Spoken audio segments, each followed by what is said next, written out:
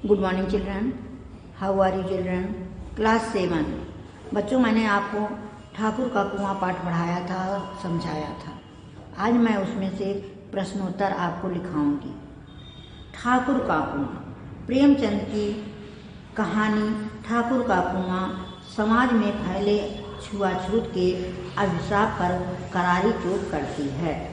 ईश्वर के बनाए हुए मनुष्यों में एक पवित्र, दूसरा अपवित्र कैसे? ज्ञान का प्रथम संदेश देने वाले भारतवर्ष में इस रोग की जड़ें इतनी गहरी कैसे हो गई हैं? उपन्यास सम्राट प्रेमचंद के उपन्यासों एवं कहानियों में समाज की इसी बुराई पर प्रहार हुआ है। प्रस्तुत कहानी में समाज की इसी बुराई का आज हम सब अध्ययन करेंगे और प्रतिज्ञा करेंगे कि हम बच्चे बड़े होकर इस बुराई को समूल नष्ट करने का प्रयास करेंगे। बच्चों, ठाकुर का कुआं, ये कहानी बहुत प्राचीन कहानी है। पहले के समय में ऊंच नीच, छुआछूत, भेदभाव, जात पात का बोलबाला था। बड़े सवर्ण लोग जैसे ब्राह्मण, ठाकुर, वैश्य, शूद्र, ये सब अलग अलग जातियां होती थीं। शूद्रों को अपने में बड़े सवर्ण नहीं मिलाते थे। कहने का मतलब है नीच जातियों, निम्न जातियों को अपने संगत में न उठना, न बैठना, न खाना, न पीना, ये सब नहीं देख पाते थे। वे बेचारे छोटे अपने में ही मजबूर रहते थे और बड़ों के घर बेगार करते थे। बेगार का मतलब होता है बिना पैसे दिए कार्य करवाना। इसी प्रकार से जोखू और गंगी नामक एक दंपत्ति थे। वो बेचारे बहुत गरीब थे।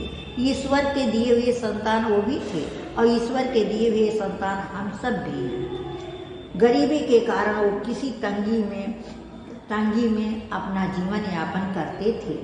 एक बार जोखू बहुत बीमार पड़ा और गंगी, गांव में दो ही कुआं था, एक ठाकुर का कुआं और एक साहूकार का कुआं था।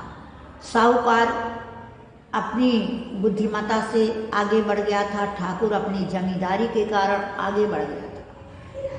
ठाकुर अपने कुएं से छोटी जातियों को पानी भरने से मना करता था। गंगी का पति जोखू बहुत बीमार था, प्यास के मारे कराह रहा था। गंगी पानी भरने बहुत दूर जाती थी और ले आती थी किसी तरह से। एक दिन जिस कुएं से वो पानी लाई, उस कुएं में कोई जानवर मरकर सड़ गया था, जिससे कुएं का पानी बदबू कर रहा था। गंगी को लाकर गिलास का पानी दिया। गंगी ने गिलास का पानी जोखू को दिया, उसमें बदबू कर रहा था, जोखू नहीं पिया। अब ठाकुर के कुएं की पानी लाने से वो ताक में थी। ठाकुर किसी तरह से रात को दरवाज़ा बंद करके सोने जाएं और मैं जाकर पानी भर लाऊं, ये ताक में वो लगी थी। लेकिन ठाकुर के दरवाजे पर 9-10 बजे तक कुछ न कुछ 2-4 लोग बैठे वार्तालाप किया करते थे। ताकि गंगी ने मौका देखा और ठाकुर ज्यों ही दरवाज़ा बंद करके अंदर जाने लगे, गंगी पेड़ के किनारे छुपी थी और वो कुएं के जगत पर चढ़ गई और सोची कि आज मैं पानी भर लूँगी। गंगी ने जैसे घड़ा कुएं में डबकाया, तैसे ठाकुर निकल पड़ा। अचानक गंगी अपना घड़ा छोड़कर जी जान लेकर भागी। क्यों भागी? क्योंकि वो जानती थी कि अगर ठाकुर मुझे पकड़ लेगा, देख लेगा तो मुझे जान से मार डालेगा या बहुत मारेगा। एक बार महू को ठाकुर ने इतना मारा, वह बेचारा लहूलुहान हो गया और खून थूकने लगा। यह सब सोचकर गंगी भी ठाकुर के कुएं पर पानी नहीं भरने जाती थी। और साहूकार जो था वो भी पैसा लेता था, तब पानी भरने देता था या पानी भर कर दे देता था, अर्थात पानी नहीं भरने देता था। इस प्रकार से जोखू बहुत प्यास के मारे मजबूर था। अब पानी कहाँ से आवे, इस तरह सा मौके अपनी अक्लमंदी से वो कैसे पानी लाए यही ताक में थी। गंगी का विद्रोह दिल रिवाजी पाबंदी और मजबूरियों पर चोट करने लगा। हम क्यों नीच हैं और ये लोग क्यों ऊंच हैं, इसलिए ये लोग गले में तांगा डाल लेते हैं। यहाँ तो जितने हैं एक से एक छठे हैं। चोरी ये करें, जाल फेर ये करें, झूठ मुकदमे ये करें। अनेक गंगी सब कुछ सोच रही है कि इनके अंदर सारी बुराइयां भरी हुई हैं, तो ये क्यों नहीं नीच हुई, हम क्यों नीच हो गए। इन्हीं पंडित जी के घर में जो 12 मास जुआ होता है, यही साहूकार जी भी घी में करते हैं और साहूकार जी भी घी में तेल मिलाकर बेचते हैं। काम करा कर लेते हैं, मजदूरी देने में नानी मरती हैं। किस बात में हैं ये हमसे ऊंचे, हाँ मुँह से हमसे ऊंचे हैं। हम गली गली चिल्लाते नहीं कि हम ऊंचे हैं, हम ऊंचे हैं। कभी गांव में आ जाती हूँ तो रस भरी आँखों से देखने लगते हैं, जैसे सबकी छाती पर सांप लौटने लगता है। परंतु घमंड यह है कि हम ऊंचे हैं। गंगी अपने मन में सोचती है। कुएं पर किसी के आने की आहट सुनकर गंगी की छाती धक धक करने लगी। कहीं देख न ले तो गजब हो जाएगा। इस तरह से वो सोचती हुई गंगी के हाथ से रस्सी छूट गई और रस्सी के साथ घड़ा धमाक से पानी में गिरा।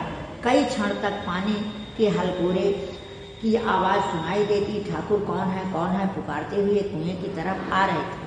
गंगी जगत से कूदकर भागी जा रही थी। घर पहुंचकर देखा तो जोकू लोटा मुंह से लगाए वही मैला पानी पी रहा है।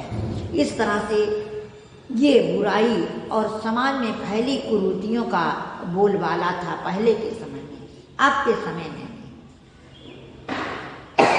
बच्चों अब तो सभी बराबर हैं। बहुत कम ही लोगों में ये भावना है। सब एक दूसरे के ये मानते हैं, एक दूसरे के भाई बंधु हैं और ये मानते हैं कि हम एक ही ईश्वर के संतान हैं। अब आप क्वेश्चन लिखोगे, गंगी घड़ा छोड़कर घर की ओर क्यों भाग खड़ी हुई। गंगी की घड़ा छोड़कर इसलिए भाग खड़ी हुई कि एकाएक ठाकुर का दरवाज़ा खुल गया था और गंगी को भय था कि कहीं ठाकुर ने कुएं से पानी भरते देख लिया तो उसकी खैर नहीं। जोकू ने पानी पीने से क्यों मना किया। जोकू ने पानी पीने से इसलिए मना किया कि उसमें भयंकर बदबू आ रही थी। गंगी ठाकुर के कुएं पर पानी भरने से क्यों डरती थी। गंगी ठाकुर के कुएं से पानी भरने से इसलिए डरती थी कि अछूत जात होने के कारण ठाकुर के कुएं पर पानी भरने की मनाही थी। यदि ठाकुर ने देख लिया तो गंगी की सामत आ जाएगी। गंगी को विजय का अनुभव कब हुआ। गंगी को विजय का अनुभव तब हुआ जब गंगी दबे पांव कुएं की जगत पर चढ़ी और पानी भरने के लिए। साहू जी कौन सा गलत काम करते थे। साहू जी घी में तेल मिलाकर बेचने का गलत काम करते थे। पानी भरते समय गंगी ने किसको याद किया। पानी भरते समय गंगी ने सभी देवी देवताओं को याद किया। बच्चों ये आप क्लास वर्क में लिखोगे। होमवर्क है ठाकुर का कुआं। पाठ की कहानी अपने शब्दों में लिखो। बच्चों जैसा कि मैंने कहानी के रूप में बताया वैसा आप लोग भी अपने शब्दों में इस पाठ की कहानी लिखोगे। Okay bye.